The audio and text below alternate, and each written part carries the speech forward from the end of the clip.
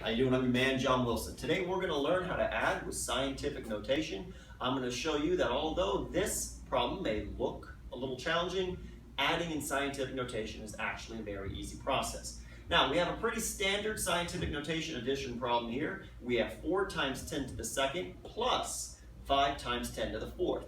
The first thing that you have to do here when you're going to solve this problem, before you can add these factors together, you have to line up the exponents. To do that, I'm going to always choose the smaller exponent, and I'm going to increase it, which means I'm going to add to it, by whatever value necessary to make it equal the larger exponent.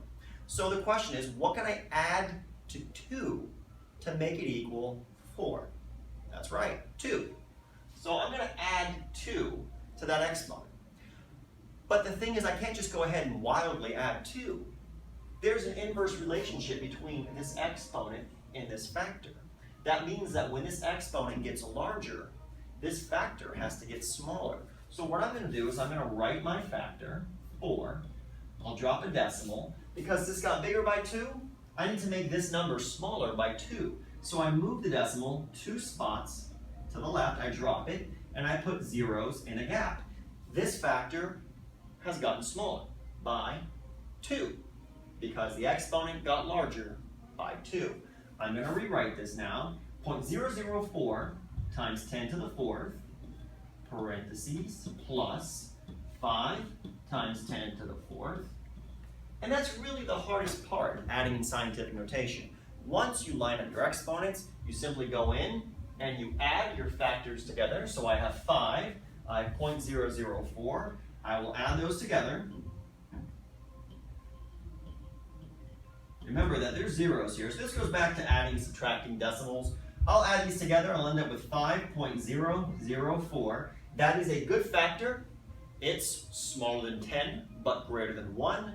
And I've already lined up my exponents, so I'm simply going to write out times 10 to the fourth, and this problem is done. So I get 5.004 times 10 to the fourth. One more problem and I'll let you go.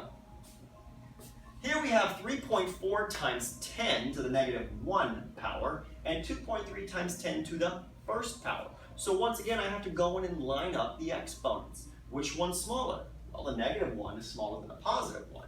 So how do I add to negative 1 to make it equal positive 1? What can I add? 2. I'm going to add 2 here. Because if I add 2 to negative 1, that'll give me 1. Keep in mind that there is still that inverse relationship. So if the exponent gets larger, the factor has to get smaller. So I'll write 3.4. I'll move the decimal 2 times. Drop the decimal there.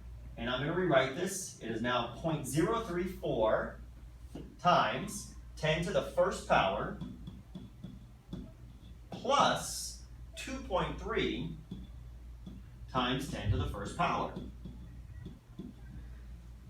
Once again, hardest part's done. I go in now and I add my factors. So I'm going to add 0.034 and 2.3.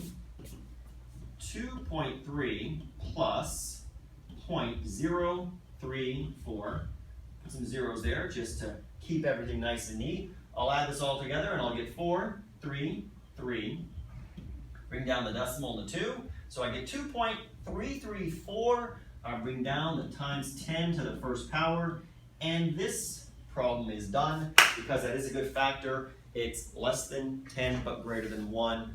We solved it. We've done it. I want to thank you for watching. Don't forget to like, comment, and subscribe to the channel. That's another reason math matters.